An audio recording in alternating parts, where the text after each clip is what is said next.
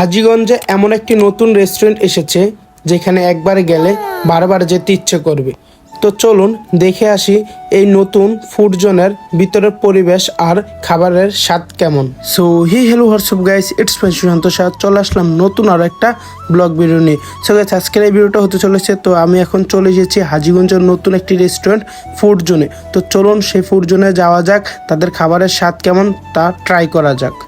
Food জোনে ঢুকতে প্রথমে যে বিষয়টি নজর কেড়েছে সেটি হলো তাদের সুন্দর ও পরিপাটি ডেকোরেশন।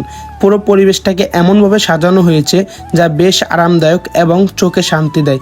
বন্ধুদের সঙ্গে আড্ডা, পরিবারের সঙ্গে সময় কাটানো কিংবা ছবি তোলার জন্য জায়গাটি বেশ উপযোগী।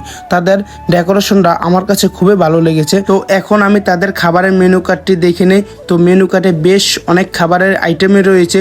তো তার মধ্যে আমরা তাদের স্পেশালি যে খাবারটা সেটা আমরা অর্ডার দিয়ে দেই। তো চলুন খাবার আসার আগ মুহূর্ত পর্যন্ত আমরা তাদের এই ফুড জোনের লোকেশনটি জেনে নিই। এই ফুড জোন লোকেশন হচ্ছে হাজীগঞ্জ বড় মসজিদ সংলক্ষণ আলিয়া মাদ্রাসার পিছনের গলি পাটোয়ারি বিলা 2য় তলায় অবস্থিত। আমি ফুড জোনের একটি জনপ্রিয় আইটেম বারবিকিউ উইংস ট্রাই করেছি, আর সত্যি বলতে এর স্বাদ আমার কাছে দারুণ লেগেছে। চিকেন উইংসগুলো ছিল নরম, সুচি এবং সুন্দরভাবে বারবিকিউ সসে কুট করা। প্রতিটি কামড়ে পাওয়া যায় আর মিষ্টি জাল স্বাদের অসাধারণ মিশ্রণ। আমার কাছে খুবই ভালো লেগেছে, বলতে গেলে খুবই ভালো লেগেছে। আর এর সাথে আবারও অর্ডার করেছি তাদের বার্গার। তো চলুন তাদের বার্গারটি ট্রাই করা যাক।